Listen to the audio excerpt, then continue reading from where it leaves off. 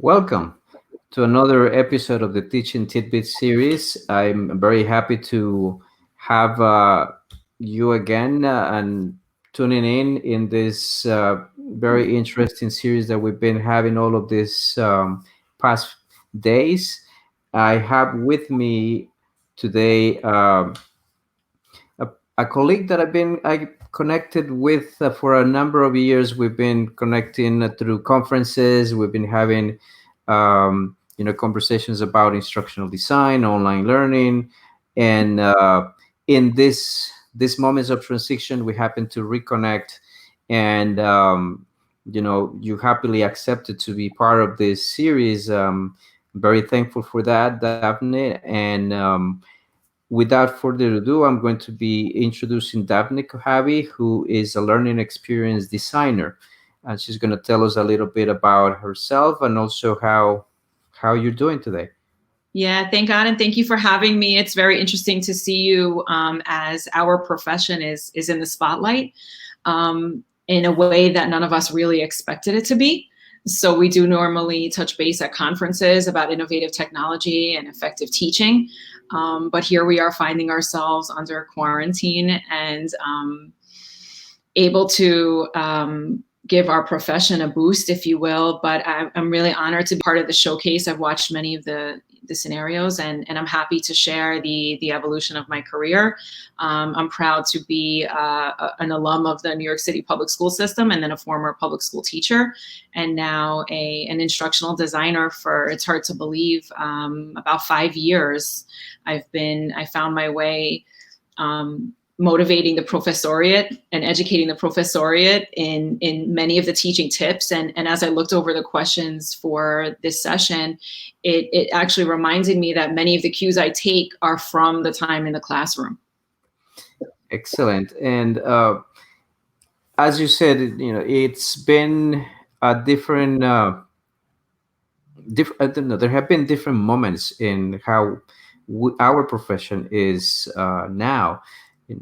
I had a conversation yesterday with a couple of colleagues, and they were mentioning about how quickly we had to transition to, different mindset, different modality in how our students would have to be learning due to the crisis, and how you would be reacting to be able to identify what you could potentially do to be able to provide that support to faculty, to students, to make sure that then they're able to get to that level of not similar level of how you were doing in face to face, but how will you be able to provide the support for your students and continue teaching in a way. And in that sense, everything changed, right? So work, life, responsibilities, everything changed. That would be the first question that I wanted to ask is how that changed for you in this transition. Yeah, for me, the answer is freedom. As a city rat, as I like to call myself, I move around and I walk around and I make a lot of decisions, and I see many people every single day in my life. And then to have to go overnight into quarantine it was extremely challenging for me, not just physically, but mentally, spiritually, every single way. It was really a shock to our system. We have it a little differently here, but again, like taking cues from teaching, we must prioritize, and we must figure out what are our most immediate needs and what can we sort of put on the back burner for later. And that, I think, is what all faculty members are doing as they jump to remote teaching and adopt certain aspects of technology that previously they had the choice of whether or not to use or implement, or a time frame for which to adopt certain tools that you and I feel very comfortable using. Some faculty are a little bit more adverse to, and overnight it was, nope, we will see you in Blackboard, and that's it. So for me, the freedom was the piece that took the largest amount of adjustment. And it's true. You mentioned, there was no choice. You had to find a way of connecting with your students. Depending on the institutions, there was Blackboard or any other learning management system, but then there was no other choice for us to be able to have a way of communicating efficiently with our students. But it's, you're bringing a very interesting perspective, freedom, right? In being able to have the technology helping you to have communication, and regardless of where you were able to continue to be have that contact and providing support or teaching. And that brings a great example of how we could see things differently as well. That's a great way to see things. And in this transition, right, we need to be able to balance work and life in this crisis, because there's so many other things that happen. Yes, we are working from home, but then there's so many things that are happening in our lives. For many of us have kids and or family members that are also working. And so how all of this come to into play, and how you find a balance to it. So at first, I did what everybody said to do and what I would consider the best advice, which was find a schedule, and stick to it. But as time went on, I said to myself, I sort of have to go with the flow and maybe hit pause, which is something, if you know Gail Rice's book, Hitting Pause, it's probably one of the most prolific books in higher education. And um, I thought to myself, this is really a moment to take pause, to pause, and this is a moment to be flexible and to be responsive, and give in. For once, we are all accustomed to living in this rat race. Maybe there's something to hitting reset to the universe, which COVID is really forcing everyone to do. Maybe I can apply that to my own life.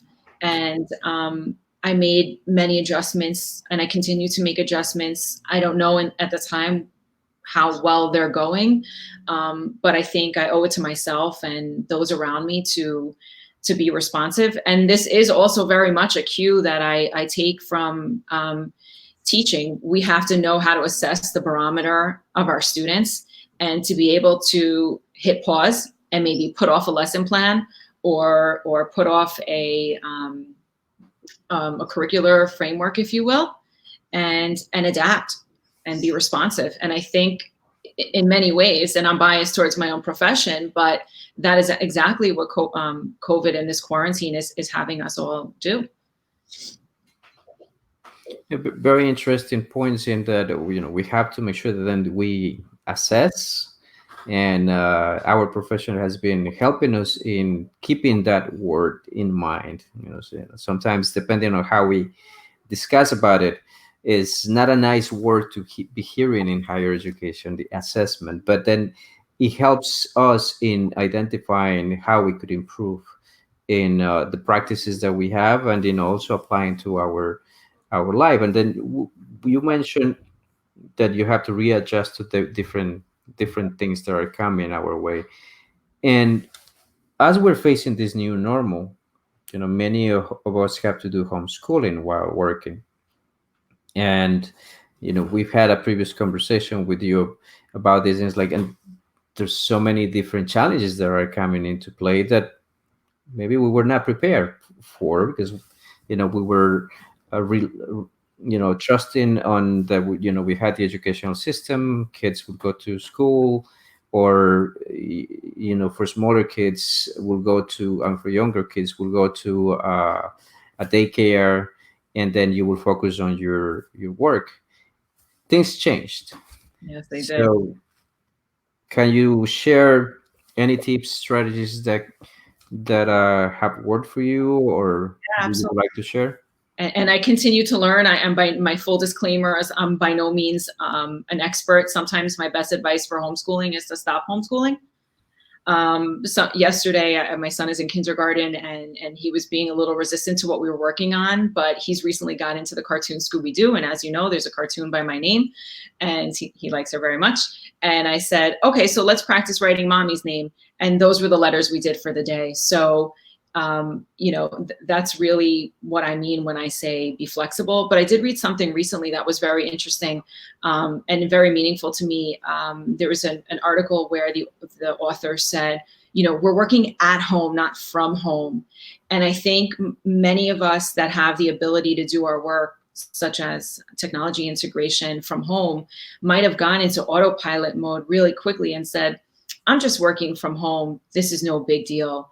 But as the weeks have gone by, and quarantine is now, I don't know, I've lost track of time, maybe 8 weeks into it, it really isn't not the same thing. We're not just working from home, we are working at home. And many of us in small spaces, and we have different considerations than others. But I think that whatever we're doing is okay. Whatever we're doing is okay. And if it's once a week, if it's more than once a week, where we do something creative with our children or for our colleagues, we need to really celebrate those little things, because this is uncharted waters for us all. So we can't be too hard on ourselves.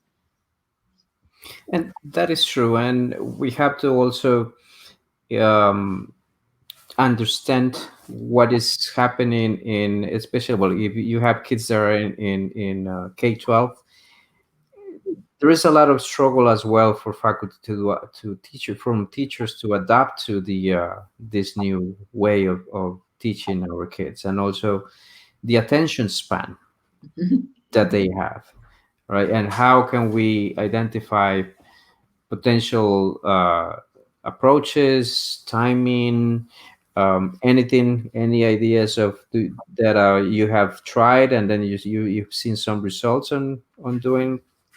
Yeah, I scrap a lot of things and I start over. It's really very simple. At the beginning, I tried to keep the same schedule and the same routine, and that was okay then. But as weeks turn into 2 months, I have to take my own advice and be adaptive and responsive, and realize sometimes the best thing to do is go outside and get some air, or sometimes the best thing to do is work for 2 hours and stop and pick up where we left off later on. Sometimes we have to just improvise, and change is needed. And every educator in the world realizes that if we go back in September, it will be unlike Septembers before. And one thing I hope everybody's keeping in mind is, how will we prepare to come back differently? I hope, I only feel for the people whose maybe first experience with online learning is such, and think that remote teaching is online learning, and we know that it's not the same thing.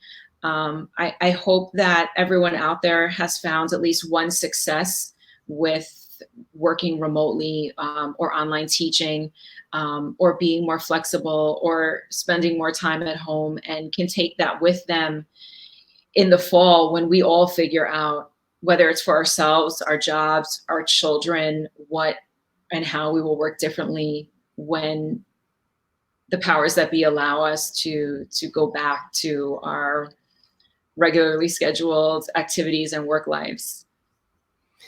And everybody is asking that same question. What would be the new normal? Because we know that it's not going to be the same. This has been a moment of reflection for everybody and for everything that we do. And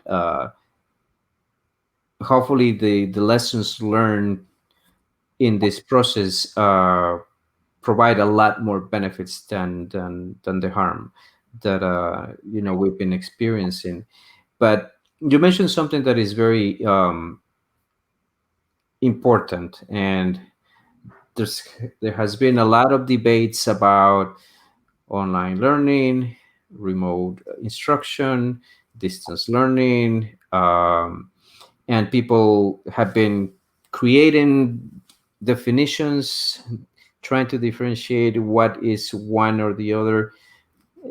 Anything else, anything that you have read or heard lately about the differentiation that everybody's trying to to create or to differentiate? Yeah, it's not something I read. I mean, it's what you and I live in our work. Online teaching, online learning is purposeful and intentional. And it takes weeks of preparation, although that doesn't always happen. But when it's done the right way, it takes weeks of preparation.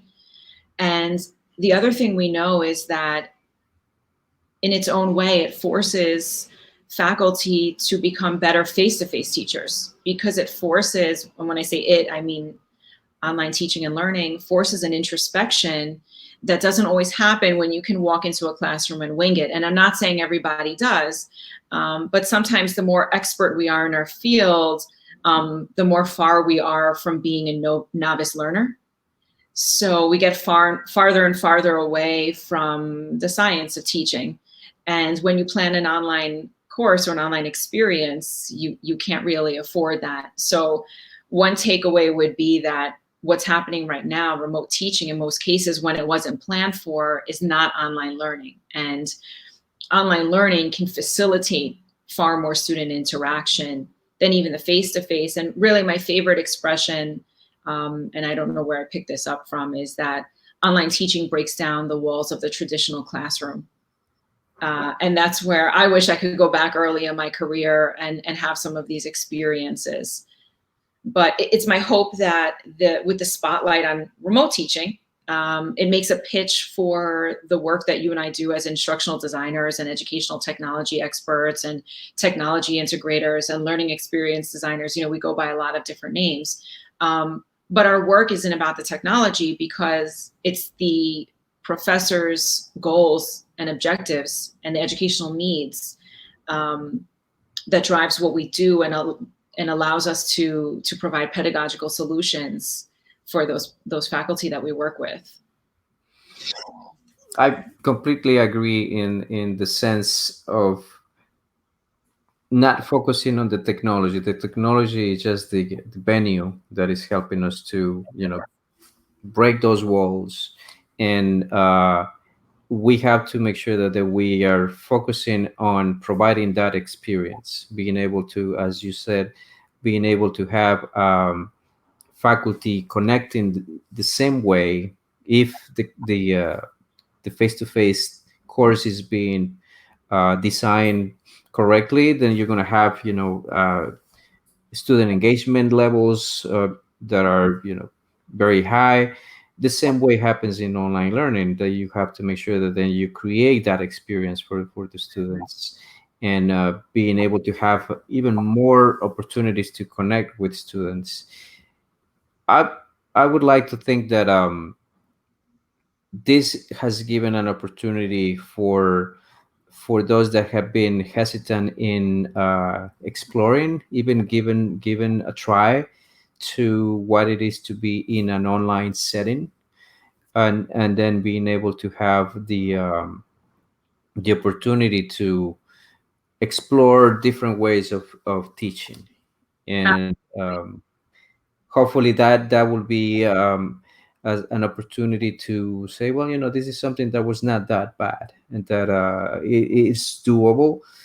Like, from the conversations that I've had with faculty from science, faculty that from math, who have been previously, very hesitant because of the hands-on approach, and identifying that now they are able to do something similar to how they've been trying, and then identifying, "Oh, well, this didn't work this way, maybe try another thing, maybe try another approach." And it is interesting to see all of this.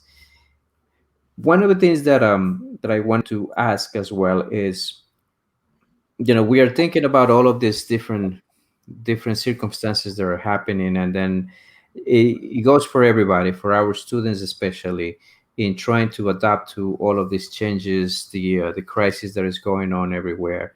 And there is this this increased stress and anxiety happening for everybody. how any tips that you would like to share about how you have been handling this, and what things have worked for you? Absolutely. And actually, it piggybacks on what I was thinking as you were speaking in response to the last question. But COVID has really made a pitch for online learning, and that is the silver lining here. We all crawled before we walked. And in this case, I hope some faculty look back and say, I had no choice, but I did it. And that's going to raise their efficacy level. Now, in terms of, and that will also reduce stress and anxiety for them, which is, as we know, one reason why many people are holdouts when it comes to technology in the classroom. For me, I try to get outside as much as possible. It provides a great amount of solace when I see the train running and the bus drivers driving and the EMT workers outside. That to me reminds me of the New York City that I know. Those are staples in my community. I run, I go to the park. Obviously, it's a little awkward because people separate from each other onto the sidewalk or in the middle of the road, and it is a little bizarre at times. But I'm looking at where I live with a different lens, and I get outside, and I just find a lot of strength from seeing other people outside, seeing life really simple, people in the park, and just sitting in contemplation. I see a lot more people having picnics, which is a really nice thing because normally, especially as New Yorkers, we have so many options of where to go and how to spend our time. And I really like seeing everybody outside. I'm by no means an athlete, but I try to jog when I can, or do calisthenics on the bench if that's what I feel like. But sometimes I need to find an excuse to buy something at a store just to take a quick walk if I'm feeling especially, I don't know, claustrophobic or something like that. So I know people are advised to stay home, and I understand the reasons for that. But we can also safely get some air, and that's always done a lot for me. And I know that it will do a lot for everybody else. And sure, of course, making sure that we are taking our measures to be safe, to be protective, and then protect the. Now, this is the idea that it's not only for us to protect ourselves, but protect everybody. And if everybody does the same, we would be in a better place soon, to make sure that then we are very conscious on how if we go out. Let's make sure that then we follow the measures and all of that. I will. I guess I would just say one other thing, but I guess the feeling is, feeling connected. So it's very easy to fall into isolation in this time period. But when I go outside, I feel connected, whether it's just seeing staples of the neighborhood, or on certain occasions, I've seen people that I don't even know their name. I know them from the gym, and we're so happy to see each other and say, hey, what are you doing? How are you keeping busy? How are you keeping up with this? And it's a reminder of what we normally do, and a reminder of what will be. And I've been keeping this really silly post-COVID list where I add continuously things that I'm going to do when COVID is over. And one of them is going to eat ice cream at my favorite place. And one of them is going to iFly in Ridge Hill. But it reminds me that I will see these people, God willing, on the other side of this. And it's a little humorous, but there's a lot of truth to it. And it motivates me. It really does. My post-COVID list. No, that's kind of interesting, and also it's finding things that will motivate Yeah. us. This time, we really need to identify those things that will, help us think positively and keep ourselves positive. This is good. Any final advice that you would give to, when I mentioned the college community, everybody, Yeah, students, faculty? absolutely. I just, pausing is a really powerful learning experience. And for whatever reason, the universe is just on reset right now. And we don't necessarily have to find the reason, but I think that we can find peace in the pausing. And I know how well that works in the classroom, so I'm going to make a pitch for it. But I think that there's a lot of parallels from this crisis, from this pandemic, that we can apply positively to our life. And I had to do that as well with homeschooling. I think in the 5th and the 6th week, I had to give in and say, I don't have to reach the same goals. My son doesn't have to reach the same goals. Let's just give in. Let's be a little lazy, if you will, and let's enjoy it for what it is, and just find the silver lining. We will be okay. We will find the way once this is over to get back to normal. And we might even look back and say, oh gosh, I wish I can work at home, a few more days or so, and it's, sleep in a little bit more, so to speak. So that's my final message to the community and anybody that's watching. And it is true. It's a great piece of advice, and to make sure that then we are all facing through these changes, and uh, we could pause, we could identify the good things from this. Let's focus on the good things. Let's also be supportive, if we can, with what we see in our community, being, as we said, being safe and responsible as when we go out. But then at the same time, if we could provide support for whatever cause that you want to support or in your community and things like that. So those are good things to do, and it will be kind of interesting to think about that post COVID list, to identify it and see what people come up with and then do. I want to thank you very much for Thank you. It's great to see you outside of the conference circle when we're busy, busy, busy, and we're just getting an opportunity to share ideas. I mean, you've really helped me stay connected. I force myself to make at least a phone call a day, so I'm away from a screen. But this was a screen experience that I really enjoyed, and I always enjoy exchanging ideas with you. Thank you, thank you, and then I hope that this was useful for the ones that have been uh, connected with us. Feel free to ask any questions. This is going to be posted in Facebook and Twitter and other channels, so you can type any questions. And also, we will have a few more of these Teaching Tidbits episodes, and stay tuned. It's going to be tomorrow at 4 p.m. and a couple of days next week. We will have uh, another set of guests, and it's kind of interesting. I've been trying to identify individuals from all of the different spectrums of the support, especially some of those that you usually don't hear from the people that are running this system. So on Monday we will have a very interesting panel of colleagues that are running and maintaining, making sure that Blackboard is running, and every technology that we need to be having running, that are working the way that. So I invite everybody to join us tomorrow, next week. And in the meantime, I want to thank everyone and be safe. We will Thank you. be connected. Thank you very much. We'll see you. Yeah, stay healthy. Thank you. All right.